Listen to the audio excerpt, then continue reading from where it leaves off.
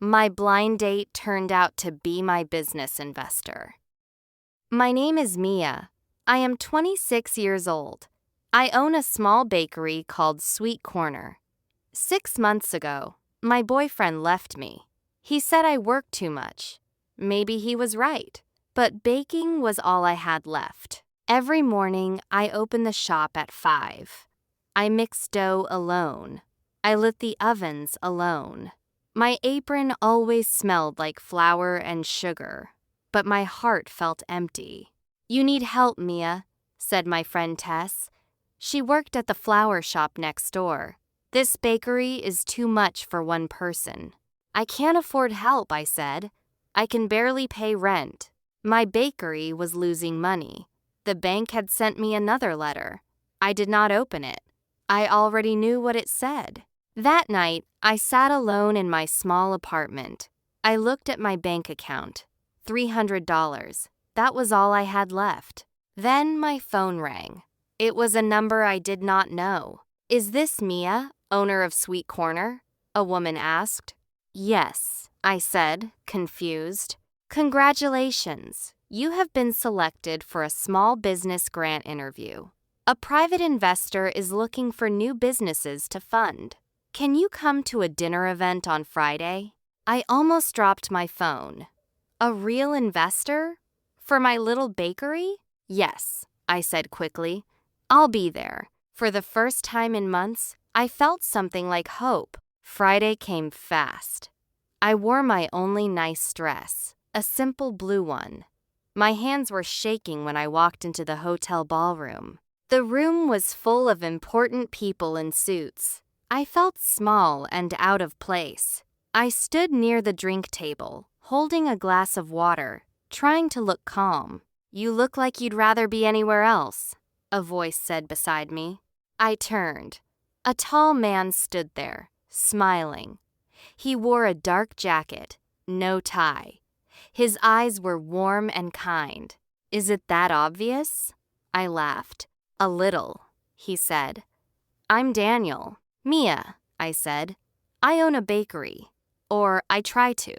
"Trying counts," Daniel said. "What do you bake?" "Cinnamon rolls." "Sourdough bread?" "Little lemon cakes," I said. "Nothing fancy." "Simple things done well are never nothing," he said. We talked for almost 2 hours. He asked about my bakery, my dreams, even my failed relationship. I told him things I had not told anyone in months. He listened like it mattered. "You have flour on your sleeve," he said suddenly, pointing at my dress.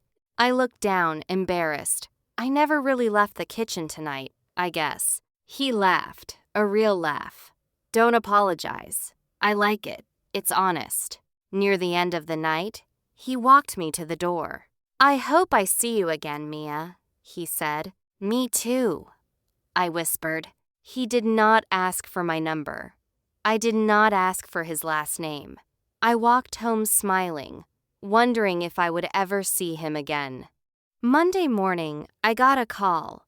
The grant program wanted to meet me at their office to discuss funding. I put on my best clothes and walked into a tall glass building downtown. A woman led me to a large office on the top floor. "Mr. Hale will see you now," she said. I stepped inside. A man stood by the window, his back to me. "Thank you for coming, Miss Chen," he said, turning around. My mouth fell open. It was Daniel. "You," I said, shocked. "You're Mr. Hale? The investor?" Daniel looked just as surprised as me. "Mia, you're the bakery owner?" For a moment, neither of us spoke. My heart pounded. This kind stranger from Friday night was actually the head of Hale Capital, the company deciding my bakery's future. "I didn't know," I said quietly. "You never told me your last name." "You never asked," he said, a small smile returning. "I didn't know either. I'm sorry." The office door opened. His assistant walked in with papers.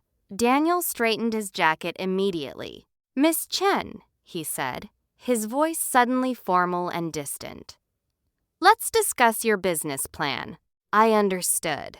In this room, we could not be two people who had laughed together on Friday night. We had to be an investor and a founder. Nothing more. Daniel approved the funding for my bakery. Over the next weeks, we met often, always about business. But something had changed between us. One evening, he stayed late to review my expansion plan. Just the two of us in his office. "Mia," he said softly, "I keep thinking about that dinner." "Me too," I admitted. "But Daniel, this is complicated." "I know," he said. "My company has a strict rule. Investors cannot date the founders they fund. It's called a conflict of interest clause. If the board finds out, I could lose my position. You could lose your funding." "Then we should stop," I said, though my heart did not want to. "Should we?" he asked, stepping closer. Neither of us moved away. "We could just be careful," I whispered. "Careful," he repeated, smiling. We started meeting secretly. Quiet dinners at my apartment, walks in the park at night when no one from his office would see us.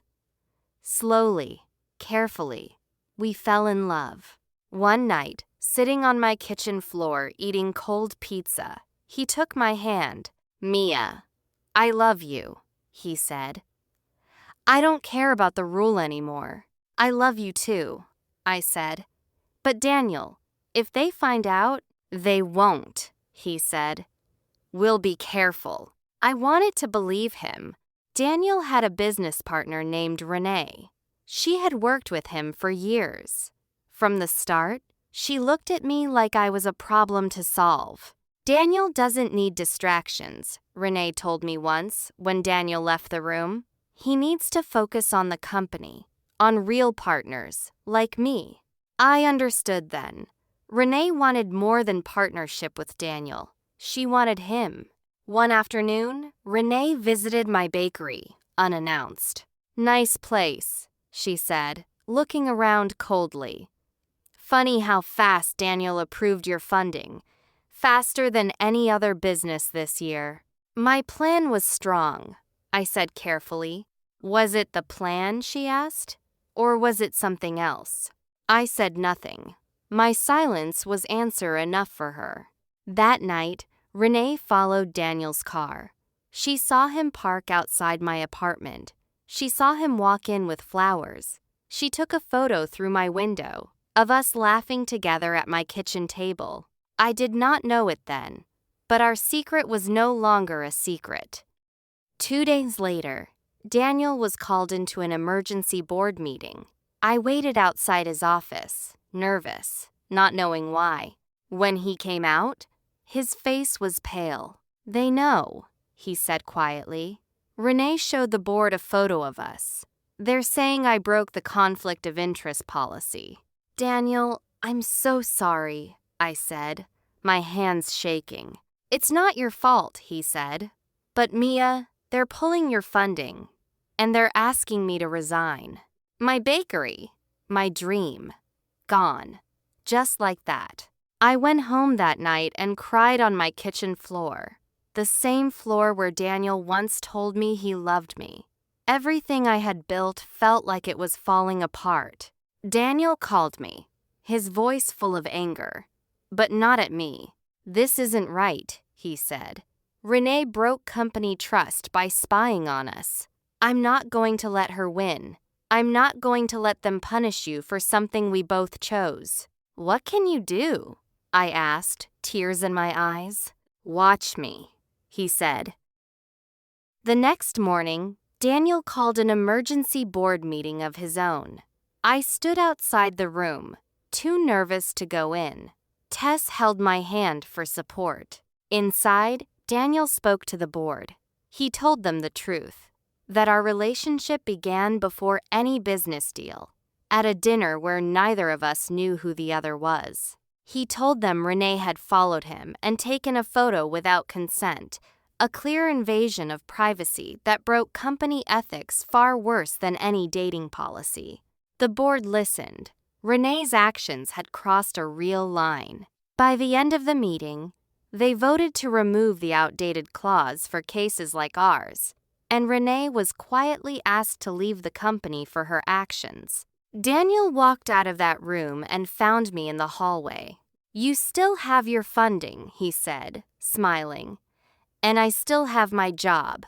And most importantly," he got down on one knee, right there in the hallway, "I still have you if you'll have me too. For real, this time, no secrets." Tears filled my eyes. "Yes," I said. "Yes, Daniel."